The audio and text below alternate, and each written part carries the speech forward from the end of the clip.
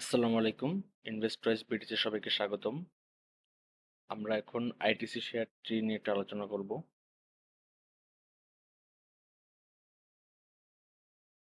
আমরা এখানে দেখতে পাচ্ছি আইটিসি শেয়ারটি দীর্ঘদিন ধরে কালেকশনের মধ্যে ছিল।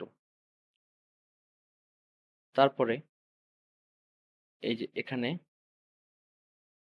শেয়ারটি এই জোনটাকে ব্রেক করে এই যে এই ক্যান্ডেলটা দিয়ে। তারপরে আবারও দীর্ঘদিন প্রায় ১ মাসের মতো এই জোনের মধ্যে ছিল শেয়ারটি। তারপরে ২৪ জুন এই যে ২৪ জুন এই ক্যান্ডেলটা দিয়ে এই জোনটাকেও ব্রেক করে এবং এই দিন ভলিউমও আগের তুলনায় অনেক বেশি ছিল। তারপরে একদিন রিটেস্ট হয় গতকাল। গতকাল রিটেস্ট হওয়ার পরে আজকে আবারও হাই ভলিউম নিয়ে শেয়ারটি বেড়ে যায়। তাহলে এখন শেয়ারটির বর্তমান টার্গেট কত টাকা হতে পারে?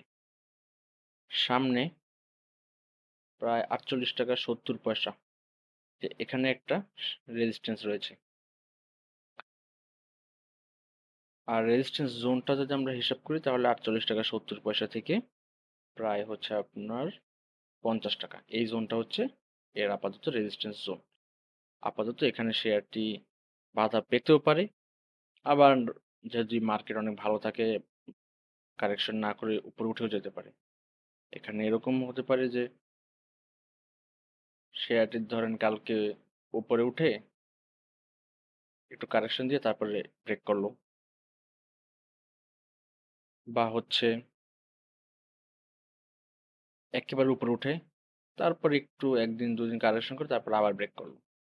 কিন্তু আপাতত এর রেজিস্ট্যান্স হচ্ছে ৪৮ টাকা ৭০ থেকে ৫০ টাকা। যদি এই জোনটাকে সে ব্রেক করতে পারে তাহলে তার পরবর্তী গন্তব্য হবে প্রায় ৫৫ টাকা। আপাতত আমরা দেখব যে ৪৮ টাকা ৭০ থেকে ৫০ টাকা এই রেজিস্ট্যান্স জোনটাকে ব্রেক করতে পারে কিনা।